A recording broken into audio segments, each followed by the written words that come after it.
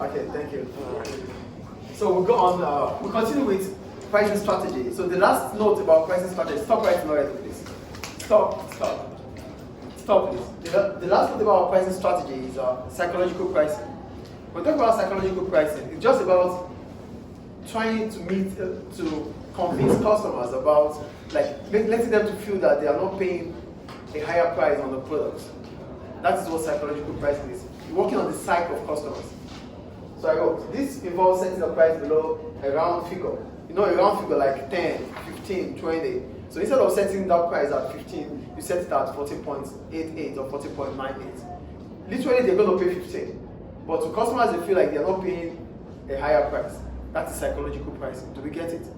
So do we get it or not, please? Yes. So we're working on the psyche of customers to make them feel like they're not paying a higher price on the products. Most of the time, businesses do this for customers that like to bargain. They always want a lower price, every now and then a lower price. So we give them 0.5, 0.4. But literally they're going to pay a round figure because the change is not going to be there. That is psychological pricing. Do we get it? They use it for the fuel pump. Look at this, like the fuel pump. The pump price is always with decimal. This is psychological pricing. Do we get psychological pricing? Yeah. Any question about that? So go to the appropriateness of using.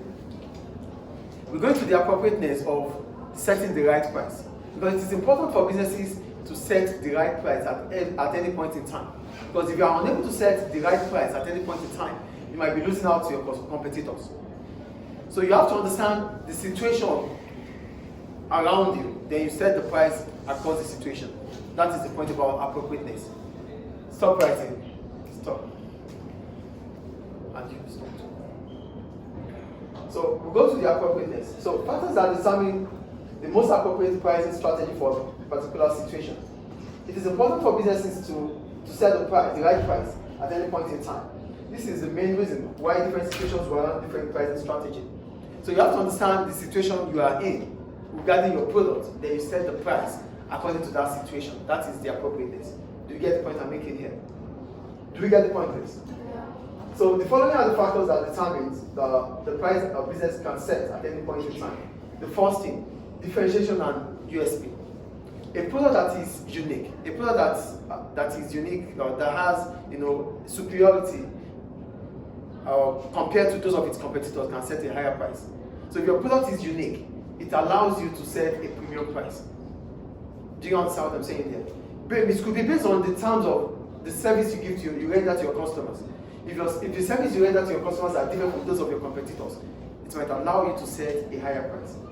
Do you understand the difference here? Ensuring that your product is different from those of your competitors. If your product is different from those of your competitors, and customers can really feel that, then you might be able to charge a higher price. Do you understand USP here? Yeah. So it is good for our business to work on how it can be different from those of its competitors. Because if it's able to do that, it might be able to charge a premium price. Do you understand higher price and premium price here? Is it clear, please? Yes. The second one, price elasticity of demand. For price elasticity of demand, we said it is the degree of responsiveness between the quantity demanded of a product as a result of a change in price. So if the demand for your product is priced inelastic, that means it's less than 1, it means you can as well charge a higher price. The quantity demanded there's not going to be a significant change in the quantity demanded, because the demand for your product is what? Priced inelastic. So irrespective of whatever price you charge, customers will still buy. So such products, businesses might charge a higher price on, or set a higher price on them. Do we understand now? That is elasticity. It's one of the factors that determines if you are able to set a higher price or not. On the other hand, if the demand for a product is price elastic, it means you might not be able to charge a higher price, because if you do, customers will stop buying your products and start buying from those of your competitors. Do we understand the elasticity? Here. Do we understand the elasticity, please? The third point, amount of competition. So we're talking about the numbers of competitors on the market. If the numbers of competitors in the market are lower, it means there are few firms and few choices for customers to make. The businesses in that market might be able to charge a higher price. Do we understand? Lower competition means few choices for customers to make. That allows businesses to charge a higher price. On the other hand, if the market is highly competitive, it means there are more choices for customers to make.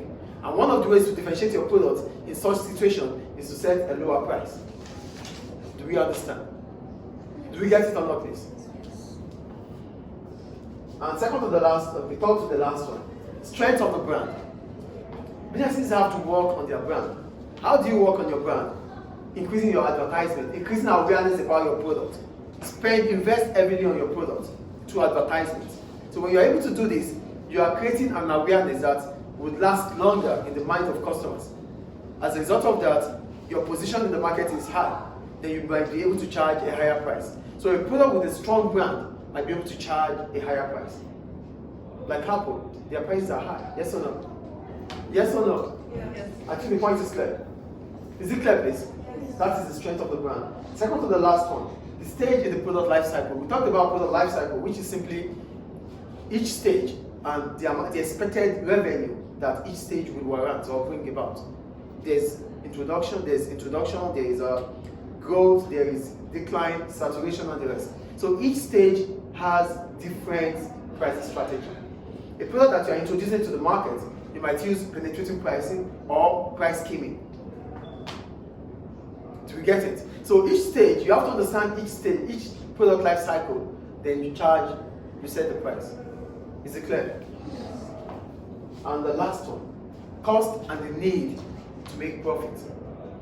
If a business, we said pricing strategy is all about using price to get to where you want to get to, your objective. That is what pricing strategy is about. A plan through pricing that allows a business to meet its objective or its marketing objective or corporate objective. That is what pricing strategy is about. So if the objective of the business is to maximize profit, then it is important for the business to use cost plus pricing. So that means whatever price you are setting, based on the fact that we want to make profit, it has to be above the cost price. Do we understand? So these are the appropriateness or the factors that determine the pricing strategy a business must use at any point in time. Clear? Thank you. You can stop the video.